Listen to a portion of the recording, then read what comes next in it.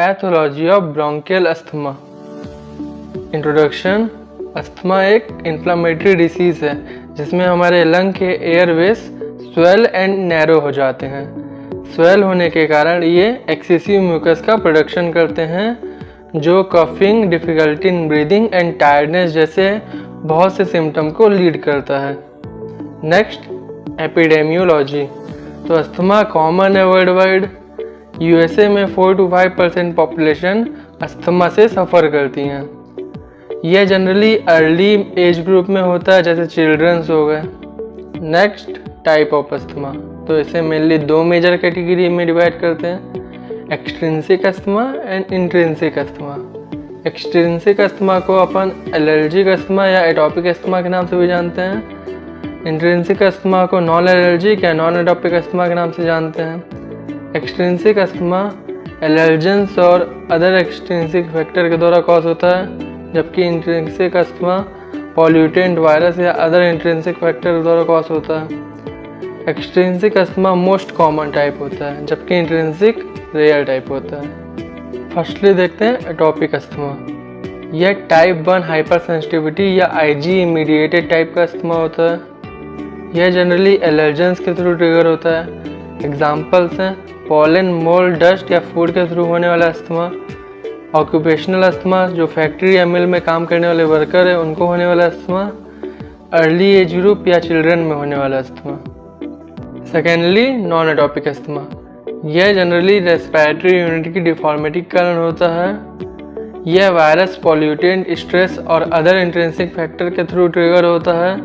Examples है respiratory infection के through होने वाला अस्थमा, एक्सरसाइज के थ्रू होने वाला अस्थमा और ड्रग जैसे एस्प्रिन और बीटा लैक्टम के थ्रू होने वाला asthma. Next, pathogenesis. Bronchial wall के स्ट्रक्चर की बात की जाए तो ब्रोंकियल वॉल 4 लेयर से मिलकर बनी होती है। इनर मोस्ट एयरवेस एपिथेलियम, उसके बाद बेसमेंट मेम्ब्रेन, उसके बाद lamina propria and last smooth muscle layer. Lamina propria में white blood cells and immune cells present होती हैं। अस्थमा में मेनली 2 मॉलिक्यूलर मैकेनिज्म होते हैं। जैसे ही एलर्जेंस एयरवेस में इंटर करता है वैसे ही एंटीबॉडी आईजीई इनको डिटेक्ट कर लेता है और ये आईजीई मास्ट सेल से बाइंड होकर मास्ट सेल को सेंसिटाइज कर देते हैं, जिसके कारण मास्ट सेल कीमोकाइंस को रिलीज़ करता है, जैसे हिस्टामिन हो गया, प्रोस्टाग्लैंडिन हो गया। इसके अलावा डेंड्रिटिक सेल्स इन एलर्जेंस को इंगल्फ कर लेती है एवं एक्टिवेट हो जाती है, जिसके कारण ये TH2 हेल्पर सेल को स्टिमुलेट करती है और ये हेल्पर सेल्स साइटोकाइंस को रिलीज़ करती हैं, जैसे इंटरल्यूकिन 4, 5 एंड 13। ये इंटरल्यूकिन्स इओसिनोफिल को अट्रैक्ट करती हैं और ये इओसिनोफिल कीमोटैक्टिक फैक्टर्स को रिलीज़ करती हैं। ये कीमोटैक्टिक फैक्टर ब्रोंकियल एपिथेलियम में जाकर इन्फ्लामेटरी रिएक्शन शुरू करते हैं, जिसके कारण ल्यूमेन में एक्सेसिव म्यूकस सिक्रेशन होता है। इसके अलावा स्मूथ मसल स्पाज्म होता है जो ल्यूमेन को नैरो कर देता है।